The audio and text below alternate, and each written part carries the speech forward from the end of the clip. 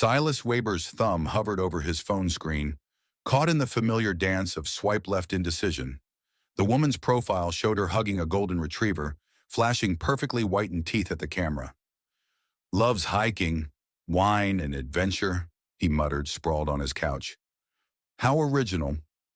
His living room, meticulously organized with its wall of scientific journals and precisely arranged furniture, felt especially empty tonight. The dating app's cheerful interface mocked him with its promise of, "Your perfect match awaits." Swipe left. His phone buzzed with a notification from the lab. Culture samples showing unexpected growth patterns. Check required.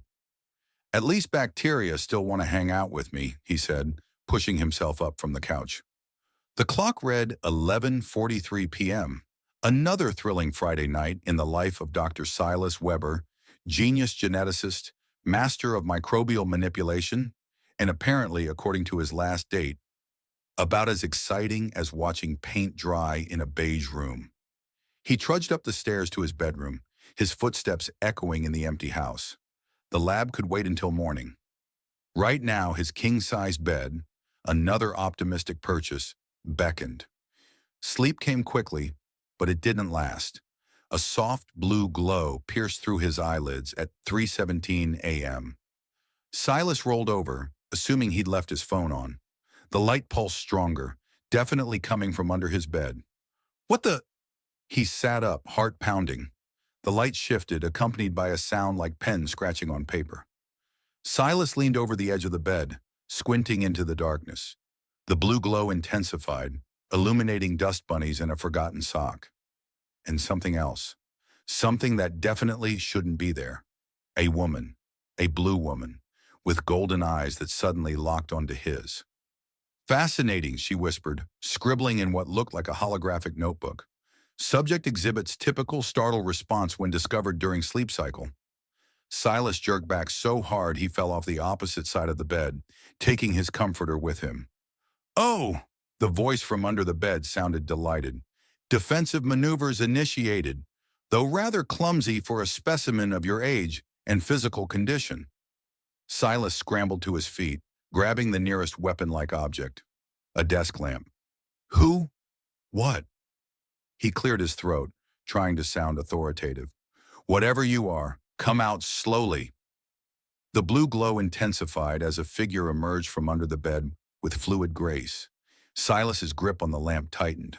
She was tall, maybe 6 feet, with skin the color of a tropical ocean. Intricate patterns of bioluminescence swirled across her exposed arms and face, pulsing gently in the darkness. Her eyes were entirely golden, with no visible pupils, yet somehow managed to convey both amusement and scientific interest as she studied him. "Excellent." She made another note in her hovering notebook. "Primitive defensive posturing with improvised weapon. Though I must note, your choice of the light-emitting device seems counterintuitive given my own bioluminescent capabilities." Silas looked at the lamp in his hands and slowly set it down. "I'm either having a very vivid dream or I've finally cracked from loneliness." "Neither hypothesis is correct," she said, tilting her head. "I am Alira, xenoanthropologist first class from the Zeranian Science Academy, and you, Silas Weber, are my chosen subject for my doctoral thesis on human mating rituals." Silas blinked hard, then pinched himself. The blue alien woman remained, now perched on the edge of his bed with perfect posture, her holographic notebook floating beside her. "I'm your what?" he managed. "My research subject," Alira repeated patiently. "After extensive observation of human males in this geographic region, I determined you represent the perfect median example for my studies. Your genetic profile is remarkably average, your social interactions follow standard human patterns, and your repeated failures in courtship rituals make you an ideal candidate for comprehensive documentation." "Thanks." Silas wasn't sure whether to be insulted or flattered. "Wait, how long have you been observing me?" Alira consulted her notes. "Approximately 47 of your Earth days. Your predictable schedule and solitary lifestyle made preliminary data collection quite efficient." She beamed at him. "Though I must say, direct interaction is far more exciting. Your pheromone production has increased 312% since discovering my presence." Silas felt his face heat up. You can smell my... Never mind. Look, I should be calling the police, or the FBI, or whoever handles alien home invasions. Oh, that would be most counterproductive to my research, Alira said, standing suddenly. Her movement was too smooth, too fluid to be human. Besides, I've observed your Earth authorities tend to respond with violence toward the unknown. I'd rather avoid having my molecular structure disrupted by primitive projectile weapons. As if to emphasize her otherworldliness, the patterns on her skin shifted, creating mesmerizing swirls of blue light. Silas found himself stepping closer, his scientific curiosity beginning to override his fear. Your bioluminescence, is it chemical or bioelectric? Alira's eyes brightened. Both. The patterns are created by specialized chromatophores that respond to neural impulses and... She caught herself. But I'm not here to discuss Xeranian biology. I'm here to study human mating behaviors. Speaking of which, she produced a small device that looked like a cross between a thermometer and a disco ball. Would you mind if I took some baseline readings of your reproductive system? Yes. No. Let's back up here. Silas ran a hand through his disheveled hair. You can't just hide under someone's bed and then ask to scan their parts. That's not how things work on Earth. Precisely why I need to study your customs. Alira's enthusiasm was undimmed. Your species has such complex social protocols surrounding mating, the elaborate courtship rituals, the inexplicable timing requirements, the bizarre use of electronic intermediaries like your dating applications. She wrinkled her nose. Though I must say your profile photos don't accurately represent your physical appearance. The lighting in this room reveals at least 12% more facial asymmetry. Silas found himself unconsciously touching his face. Okay, first of all, those were professionally taken. Second, no, we're getting off track. You need to leave. Oh, Alira's bioluminescent patterns dimmed slightly. That's disappointing.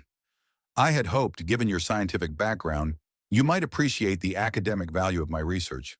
After all, don't you humans have a saying about the pursuit of knowledge? Several, Silas said dryly, including curiosity killed the cat. But satisfaction brought it back, Alira finished triumphantly.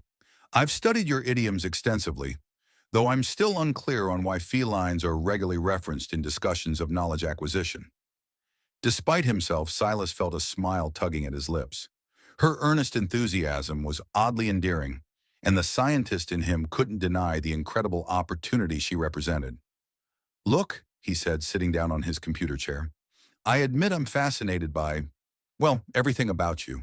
But you have to understand how crazy this situation is. You're an alien, in my bedroom, at 3 in the morning, wanting to study my dating life, which, by the way, thanks for reminding me how pathetic it is. Oh, but that's precisely why you're perfect. Alira leaned forward, her eyes literally glowing with excitement. Your consistent failure to secure a mate despite being within standard parameters for human attractiveness suggests underlying social or behavioral factors that warrant investigation. And as a fellow scientist, surely you appreciate the value of studying unsuccessful attempts to understand a process? When you put it that way, it sounds even worse, Silas muttered. But he was thinking. The rational part of his brain was screaming about danger and protocol and national security. But another part, the part that had driven him to become a scientist in the first place, was absolutely thrilled by the possibility of exchanging knowledge with an alien being. Alira seemed to sense his wavering resolve. Her skin patterns shifted to a softer, more soothing rhythm. I promise my presence won't disrupt your daily routine. Much. I simply wish to observe and document your attempts at finding a mate with occasional clarifying questions about human customs. In return, I'm authorized to share certain aspects of Xeranian science with you. Authorized by whom? Silas asked sharply. A flash of something, worry, fear, crossed Alira's exotic features.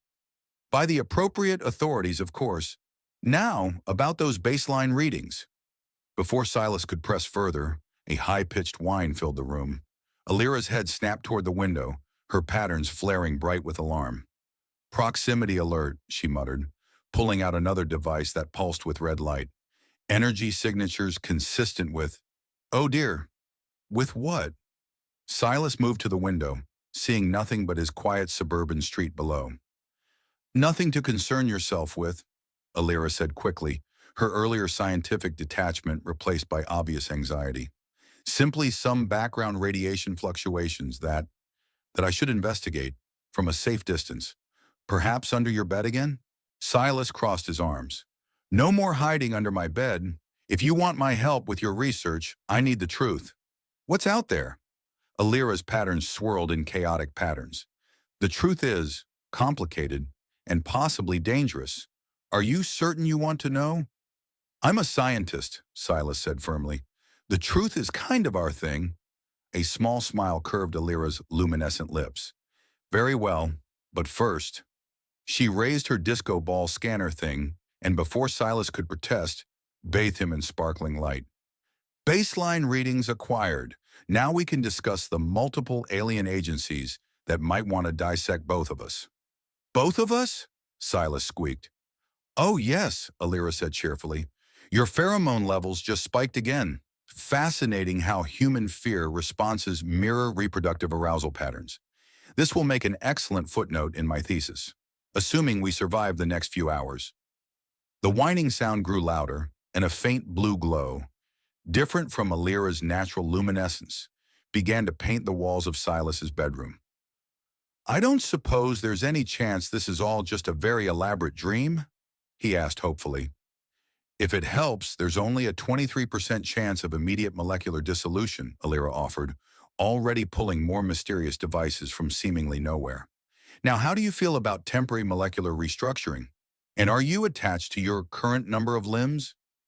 Silas looked at his alien visitor, then at the growing light outside, and finally at his phone still open to the dating app. Well, he said with resigned hysteria, at least it's more exciting than swiping left all night. The room filled with blue light, and Silas's ordinary life dissolved into something far more extraordinary than he'd ever swiped right for. The morning after discovering an alien under his bed, Silas sat in his kitchen watching Alira short-circuit his fourth coffee maker of the day. Fascinating.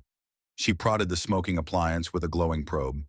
Your primitive technology is remarkably susceptible to Xeranian biofields. Though I must say, your dependence on this stimulant beverage seems rather concerning. That was my backup's backup, Silas groaned, his head thudding against the counter. And I really need coffee to process all of this. After their narrow escape from whatever that blue light had been, Alira had somehow teleported them to his garage using what she called quantum displacement, which had left Silas with a terrible case of inside-out nausea. They'd spent the rest of the night turning his home into what Alira called a basic containment field. To Silas, it looked like Christmas lights had mated with a disco ball and spawned technological offspring across every doorway and window. Perhaps we could proceed with today's research while you undergo caffeine withdrawal, Alira suggested brightly, pulling out her ever-present holographic notebook. I've prepared several queries about human courtship rituals, starting with the fascinating phenomenon known as Netflix and chill. Silas choked on air. Where did you learn about that? Your internet is quite informative, though I'm confused about the correlation between streaming services and reproductive activities. Is temperature regulation really such a crucial factor? We are not having this conversation without coffee. Silas grabbed his car keys. We're going to Starbucks, and you need different clothes. Alira looked down at her shimmering bodysuit with its pulsing biolights. What's wrong with my standard research attire? 20 minutes and several wardrobe negotiations later, Alira sat in Silas's passenger seat wearing his baggiest hoodie and sweatpants, along with oversized sunglasses to hide her golden eyes. She'd managed to dim her bioluminescence to a faint glow that might pass for aggressive highlighting in the right light. Remember, Silas coached as they pulled into the Starbucks drive-thru, you're just a normal human woman with unusually good skincare. Normal human woman, Alira repeated, scribbling notes. Should I complain about the patriarchy? I've noticed that's a common female bonding ritual. Just let me do the talking. Of course, that plan lasted exactly 3 seconds. Welcome to Starbucks. What can I get started for you? crackled the drive-through speaker. Before Silas could respond, Alira leaned across him, pressing practically into his lap to get closer to the speaker. Greetings, beverage dispensary human. I require your strongest stimulant concoction. My research subject is displaying signs of chemical dependency withdrawal. The speaker crackled with silence. She means a venti coffee, Silas said weakly, very aware of Alira's proximity and the faint vanilla ozone scent that seemed to follow her. Black, and maybe a green tea for my friend. Your heart rate has increased by 47%, Alira whispered, still halfway across his lap. Is this a typical response to coffee acquisition, or should I document this as a potential mating signal? Please just sit back in your seat, Silas hissed, his face burning. Fascinating. Blood flow to facial capillaries has also increased dramatically. The correlation between embarrassment and attraction in humans is really quite remarkable. By the time they got their drinks, and Silas had explained that no, the barista's "have a nice day" was not an invitation to mate, Alira had filled several holographic pages with observations about human beverage procurement rituals and their apparent connection to courtship. We need to establish some ground rules, Silas said as they drove back to his house. First, no more scanning my biological responses without permission, but your involuntary physiological reactions are the most reliable data points, Alira protested. Humans frequently say one thing while their bodies indicate another. For instance, right now your pupils are dilated 23% more than baseline when looking at me, suggesting attraction, yet you consistently attempt to maintain professional distance. Silas nearly swerved off the road.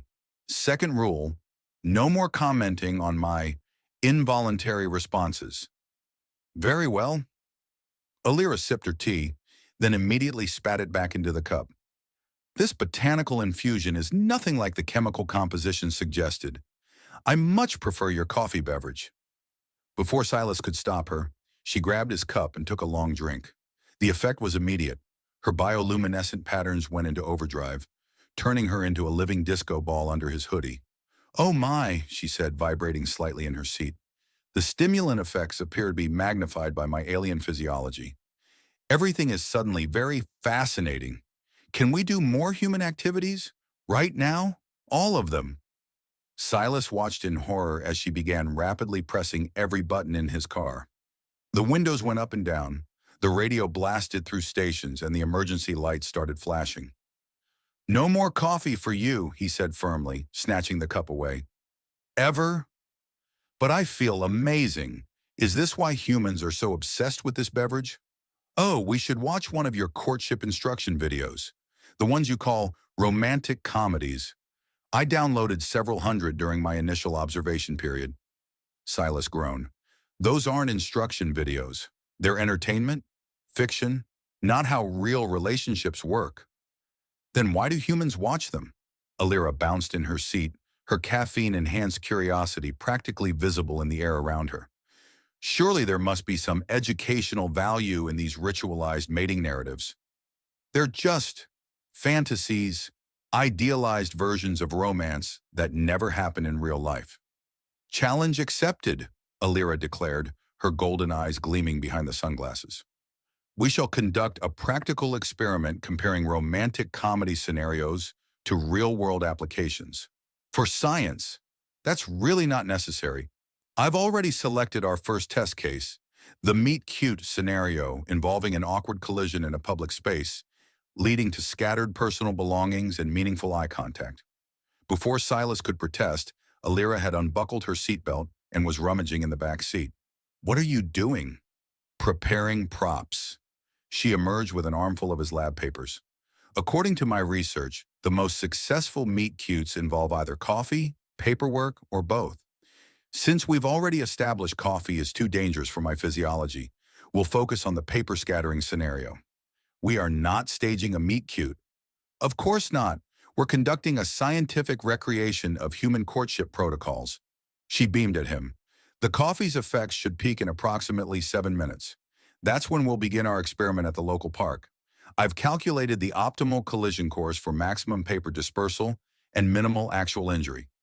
Silas looked at his alien passenger, literally glowing with caffeinated enthusiasm, then at his scattered lab notes, and finally at his empty coffee cup. He should put his foot down, establish firm boundaries, act like the responsible scientist he was supposed to be. Instead, he heard himself say, "The park's usually pretty empty this time of day." Alira's smile could have powered a small city. "Excellent. Though I should warn you, in 73% of romantic comedies, these scenarios are interrupted by either rain or a rival love interest. I've packed an umbrella, but I'm not sure how to arrange the spontaneous appearance of a competing suitor." "Let's just stick to the basics for now," Silas said, already wondering how his life had gotten so wonderfully, terrifyingly weird in less than 24 hours. As they pulled into the park parking lot, he didn't notice the black van with tinted windows that had been following them since Starbucks. Inside, two figures with barely concealed luminescent patterns watched their every move. "Target located," one said into a device similar to Alira's, but glowing red instead of blue. "The rogue researcher appears to be initiating close contact protocols with the human subject." "Maintain surveillance," came the reply. "We need to confirm if this human is merely a test subject or something more." The park operation was going exactly as planned, which is to say it was a complete disaster. "I believe we may have miscalculated the wind resistance," Alira observed from her position sprawled on top of Silas. Her research papers, rather than creating a romantic flutter around them, had become high-velocity projectiles, threatening the elderly couple feeding pigeons nearby. "You think?" Silas wheezed, wondering if alien elbows were naturally sharper than human ones. Also, the movie scenes usually don't involve quite so much tackling. "My caffeine-enhanced enthusiasm may have affected my trajectory calculations," Alira admitted, making no move to get up. "Though this position does provide an excellent opportunity to measure your heart rate under close physical contact. Or we could stand up before someone calls the cops." "Oh, would that add another layer of authenticity to the romantic comedy scenario?" "I've noticed law enforcement often appears at crucial romantic moments." Before Silas could explain why getting arrested wasn't on his dating bucket list, a paper airplane made from one of his lab reports sailed past his head. Did you teach the pigeons to make paper airplanes?" he asked, watching in horror as the bird systematically folded his research into aerial origami. "Don't be ridiculous." Alira finally rolled off him, her golden eyes twinkling behind her sunglasses. "They're clearly self-taught, though I may have enhanced their cognitive functions slightly when attempting to create a quirky animal sidekick scenario. According to my research, those are essential elements in 47% of romantic narratives." Silas sat up, brushing grass from his clothes. "You gave superintelligence to park pigeons?" "Only temporarily. The effects should wear off in a few Earth days." "Probably, unless they figure out how to maintain the enhancement, which given their current rate of intellectual evolution." She trailed off, watching a pigeon solve differential equations in the dirt with its beak. "Right." Silas pinched the bridge of his nose. "New rule. No more enhancing Earth wildlife." "But what about the squirrels? I had such plans for their role in our next experiment. The trapped in close quarters scenario." "Absolutely not." "Fine." Alira pulled out her notebook, which had somehow survived their collision intact. "Then shall we proceed to analyzing the data from our meet-cute attempt? Your physiological responses were quite promising, particularly the elevated heart rate and pupil dilation when I landed on top of you." "That was fear, not attraction." "The biological markers are remarkably similar," she noted, scribbling eagerly. "Perhaps that explains why so many of your courtship rituals involve artificial danger. The haunted house date concept has particularly intrigued me." A sharp beeping from one of her concealed devices cut off Silas's response. Alira's bioluminescent patterns, visible even through his hoodie, shifted from playful swirls to rigid geometric shapes. "We need to leave," she said, suddenly serious. "Now." "What's wrong?" "Remember that blue light from last night? Its friends are getting closer, and they're not here to discuss romantic comedies." Silas looked around the park. The elderly couple had gone, replaced by two figures in dark suits, walking with unnaturally perfect posture. Even at this distance, he could see a faint luminescence around their collar lines. "More aliens?" Xeranian Cosmic Council enforcement agents, Alira confirmed, gathering their scattered papers with remarkable speed. They're like your FBI.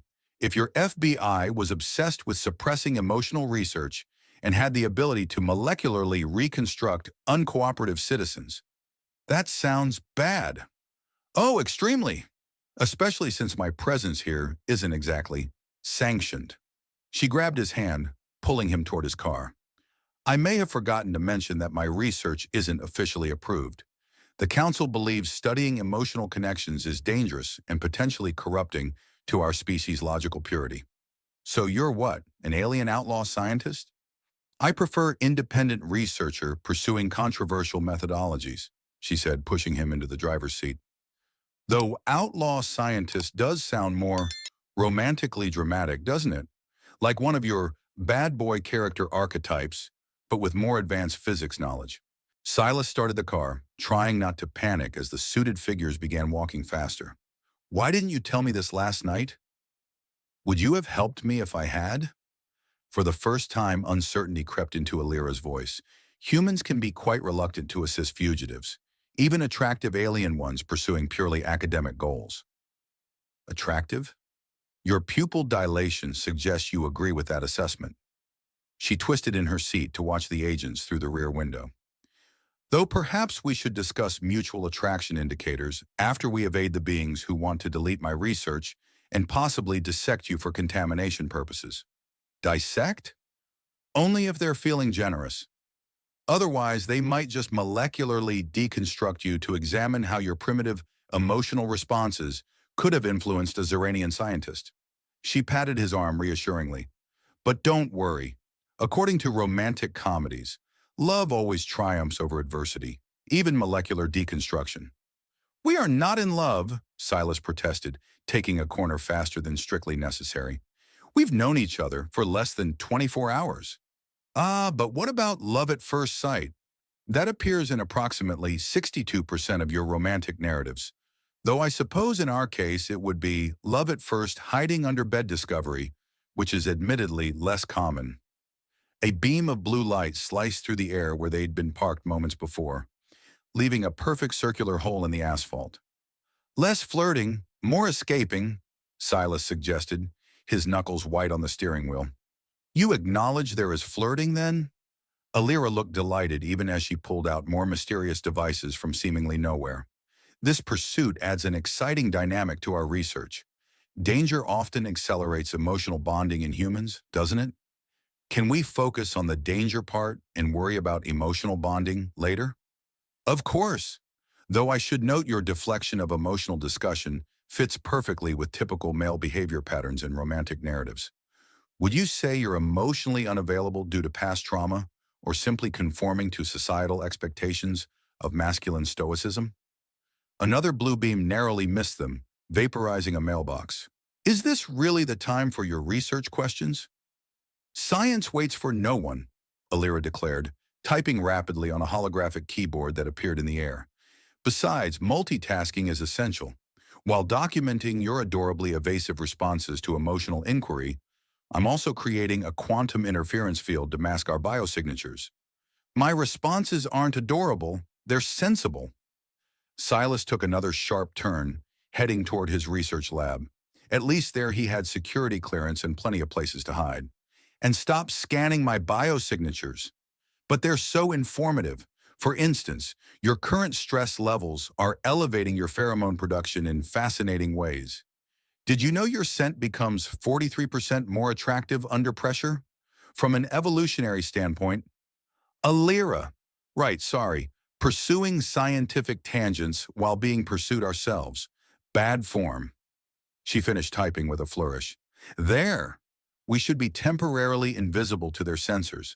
Though I should mention this technology isn't entirely stable when exposed to strong emotions. Meaning? Meaning if either of us experiences any intense feelings, fear, anger, attraction, she wiggled her eyebrows at the last one, we might suddenly become very visible again. So we need to stay calm while being chased by alien agents who want to dissect us? Precisely. Consider it an excellent opportunity to practice emotional regulation. though based on your dating history, you're already quite experienced at suppressing feelings. Silas glanced at her, momentarily distracted from their life or death situation. Have you been psychoanalyzing me? Of course. Your combination of intellectual brilliance and emotional hesitancy is quite fascinating. Classic romantic hero material, really. Though your consistent failure to maintain relationships suggests some underlying, "We're here," Silas announced loudly, pulling into his reserved spot at the research facility. "My lab has restricted access and specialized equipment. We can hide there while figuring out our next move." "Excellent thinking," Alira beamed at him. "Using your workplace as a sanctuary adds a wonderful layer of professional personal boundary crossing to our narrative. Very popular in romantic subplots." "This is not a romantic subplot. This is a survival situation. Why can't it be both?" She adjusted her sunglasses, which had slipped during their escape, revealing a glimpse of her mesmerizing golden eyes. "After all, the best love stories involve elements of both danger and discovery. Speaking of which, there's something important I need to tell you about your DNA." The sound of another car pulling into the parking lot cut her off. In the rearview mirror, Silas saw the black van from earlier. "Tell me later," he said, already opening his door. "Right now, we need to run." "Running together into uncertain danger?" Alira smiled as she followed him. "How romantically cliché. I love it." As they raced toward the building's entrance, Silas couldn't help thinking that if he had to be pursued by alien authorities, at least he was with someone who could appreciate the narrative structure of their impending doom. Silas's research lab had never felt like a sanctuary before. Usually it was just fluorescent lights, humming equipment, and the faint smell of disinfectant. But now, with alien enforcement agents closing in, its keycard-protected doors and windowless walls seemed almost cozy. "Fascinating equipment," Alira exclaimed, immediately gravitating toward his gene sequencer. "Though your technology is charmingly primitive, I see potential for modification." "Please don't enhance my lab equipment like you did the pigeons," Silas said, securing the door. "I have enough trouble explaining my research results without adding alien technology to the mix." "But think of the possibilities." Her bioluminescent patterns pulsed with excitement under his hoodie. "With a few quantum adjustments, we could." "Oh." She stopped suddenly, staring at the DNA analysis display. "Oh my, what's wrong?" Instead of answering, Alira pulled out several of her devices and began scanning both the display and Silas himself. Her usual playful demeanor faded, replaced by intense scientific focus. "This can't be, but the readings are clear." She looked up at him with an expression he couldn't quite read. "Silas, I haven't been entirely honest with you." "You mean beyond the whole fugitive alien scientist thing?" "Yes, actually." She bit her lip, a surprisingly human gesture. "My research isn't just about understanding human mating rituals. It's about saving my species." Silas sat down on his lab stool, sensing this was going to be complicated. "Saving them from what?" "From ourselves." Alira's patterns shifted to slower, sadder rhythms. "The Zeranian pursuit of pure logic hasn't just suppressed our emotions, it's killing us. Our birth rates are plummeting, our genetic diversity is stagnating, and our population is showing signs of systematic breakdown. Because you've engineered emotions out of your genetics?" "Precisely. We thought removing emotional interference would lead to perfect logical advancement. Instead," she gestured to herself, her patterns flickering erratically, "those of us who show signs of emotional capacity are considered defective, dangerous. We're corrected through genetic manipulation or isolated from society." "That's horrible," Silas said softly, understanding her situation better now. "But what does this have to do with my DNA?" Alira's golden eyes met his. "Your genetic structure contains something unprecedented, a marker that somehow bridges the gap between emotional capacity and logical processing. Your DNA doesn't just allow for both, it creates a synergy between them. And it resonates with Zeranian energy patterns in a way that should be impossible for a human. Is that good?" "It's extraordinary." Her enthusiasm returned full force. With proper study, your genetic code could help us understand how to reintegrate emotional capacity without losing our technological advancement. You could be the key to saving my entire species from our self-imposed evolutionary dead end. Silas absorbed this information slowly. So when you chose me as your research subject, I sensed something unique about your biological signature, she admitted, though I didn't realize exactly what until now. The dating research was genuine. I do find human mating rituals fascinating, but it was also a cover for my deeper investigation. And the council? Why are they really chasing you? Alira's patterns darkened. Because they'd rather see our species die out than admit their philosophy of pure logic is flawed. They've declared all research into emotional integration to be heresy against rational progress. And now, she looked at him worriedly, now that I've discovered your genetic potential, they'll be even more determined to stop us. A human carrying the key to emotional integration? They'll consider you a biological weapon against their perfect logical society. As if on cue, alarms began blaring throughout the building. Red emergency lights cast strange shadows across Alira's concerned face. They're here, she whispered, and they'll have blocked all normal exits. Silas ran to his computer, pulling up the building's security feeds. Dark-suited figures were indeed at every door, their movements too precise to be human. So my DNA could save your species, he said, thinking fast. But studying it puts me on an alien hit list? I'm sorry, Alira touched his arm gently. I never meant to put you in danger. I can try to lead them away, give you a chance to… No. Silas caught her hand, surprised by his own decisiveness. Your people need help. And honestly, after years of studying genetic sequences, the idea of my DNA actually meaning something, it's kind of exciting. You'd risk molecular deconstruction because you find it scientifically interesting? Alira's patterns swirled with something like affection. You really are a perfect research subject. Speaking of research, and Silas said, glancing at the security feeds again, how do your romantic comedies usually handle trapped in a lab while pursued by logical extremist scenarios? Usually with a daring escape plan, possibly involving improvised technology and… She paused, her patterns forming what he was learning to recognize as her plotting configuration.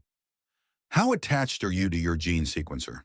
Somewhat attached, considering it cost the lab $500,000? Perfect. That means it has enough raw materials for what we need. She began pulling components apart with alarming efficiency. Also, your stress response patterns are particularly attractive right now. Have I mentioned that? Only about a dozen times. But Silas found himself smiling despite their situation. You know, when I woke up yesterday, I never imagined I'd be rebuilding lab equipment with an alien fugitive who finds my DNA fascinating. And my research indicates that unexpected life changes often lead to the most satisfying, romantic narratives. Alira beamed, hands full of wiring. Though usually they involve fewer quantum physics violations, this isn't a… Silas stopped himself, shaking his head. You know what? At this point, maybe it is a romantic narrative. A very weird, possibly lethal one involving alien genetics and enhanced pigeons, but still. See? You're already becoming more emotionally expressive, though that might be the adrenaline. Either way, I'm documenting it for my research. The sound of footsteps in the hallway cut their banter short. Alira worked faster, her patterns pulsing with concentrated energy as she merged his Earth technology with her alien devices. Almost ready, she muttered. Just need to calibrate the quantum resonance to match your unique genetic signature. The lab door shuddered under some invisible force. Silas could see warping in the metal, like reality itself was being bent. Alira, whatever you're building, I suggest you build it faster. Science can't be rushed. But her hands moved with increasing urgency. Although I suppose imminent molecular deconstruction is a rather compelling motivation for efficiency. The door groaned again. Through the small window, Silas caught glimpses of suited figures with eyes that glowed red instead of Alira's warm gold. By the way, he said, watching her work, if we survive this, would you like to get coffee sometime? You know, for research purposes? Alira's patterns blazed with delight. Are you asking me on a date while we're about to face possible atomic dissolution? Seemed appropriate, given your interest in romantic narrative structures. It's perfect. She connected two final wires with a flourish, though we should probably survive first. Hold on to something solid. Quantum displacement can be a bit unsettling for humans. The lab door began to disintegrate just as Alira activated her hastily constructed device. Reality twisted around them, and Silas's last thought before everything went sideways was that he really should have asked for hazard pay when he took this research position. Then the world dissolved into blue light, and their adventure took yet another unexpected turn. Quantum displacement, Silas discovered, felt like being turned inside out while riding a roller coaster through a blender. When reality reassembled itself, he found himself sprawled on a cold floor, staring up at a domed ceiling dotted with telescopes. "The observatory?" he groaned, rolling to his side. "You transported us across town?" It seemed appropriate. Alira's voice came from somewhere to his left, followed by retching sounds. "Though I may have miscalculated the nausea factor for hybrid quantum transportation using Earth-based components." "You think?" Silas managed to sit up, his stomach doing backflips. "Why here?" Alira emerged from behind a large telescope mount, her bioluminescent patterns slightly green-tinged. "Because this is where humans come to study the stars, and because it has." She pressed something on one of her devices, and a section of wall shimmered. "The perfect resonance frequency for what we need to do next."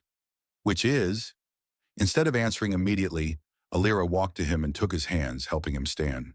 Her touch sent a literal spark between them, some kind of static discharge from the quantum jump. "Remember how I said your DNA could save my species?" Her golden eyes were more serious than he'd ever seen them. "Well, there's one small detail I haven't mentioned yet." Why do I feel like small detail is an understatement?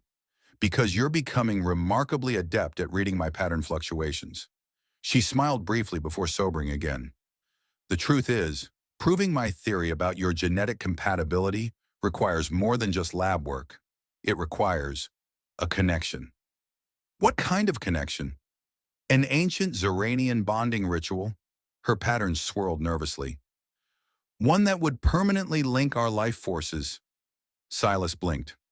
"Is this the alien equivalent of a marriage proposal? Because I usually like to get past the first date before considering lifetime commitments." "This is far more significant than your human marriage customs." Alira's patterns flashed with intensity. "This would be a true biological merger, a sharing of essence that would prove emotional integration is possible without losing our advanced capabilities. It would show my people that logic and feeling can coexist, even strengthen each other. And if it doesn't work, then we both possibly cease to exist on a molecular level." She said it casually, like discussing the weather. "But according to my calculations, there's at least a 43% chance of success." "Those are not great odds."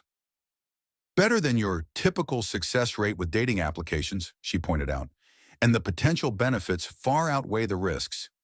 Think about it. Your unique genetic structure could help an entire civilization rediscover what it means to feel. Plus," she added with a hint of her usual playfulness, "you'd get an alien girlfriend with bioluminescent patterns. That has to count for something in human social status rankings." Before Silas could respond, alarms blared through the observatory. The council agents had tracked their quantum signature. "They're here," Alira said, rushing to the shimmering wall section. Her fingers flew over holographic controls. "We don't have much time. The portal requires significant emotional energy to activate, and they'll try to stop us before—" The main doors burst open. Council agents poured in, their red eyes glowing ominously in the dim observatory lighting. "Researcher Alira," one stepped forward, voice clinically cold. "Your unauthorized experiments end now. Surrender the human specimen and accept molecular reconditioning." Silas felt Alira tense beside him. Her patterns shifted to sharp defensive angles. "He's not a specimen," she said firmly, "and I won't let your condition either of us. The human's genetic anomaly must be contained, its potential for emotional contamination." "His name is Silas," Alira cut in, "and his contamination might be exactly what our people need." Silas watched her defend him, her patterns blazing with protective fury, and something clicked in his chest.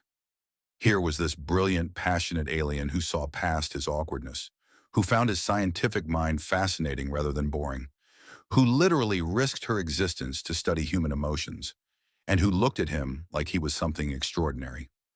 Actually, he said, stepping forward, I have something to say. Everyone, alien and equipment alike, seemed to pause.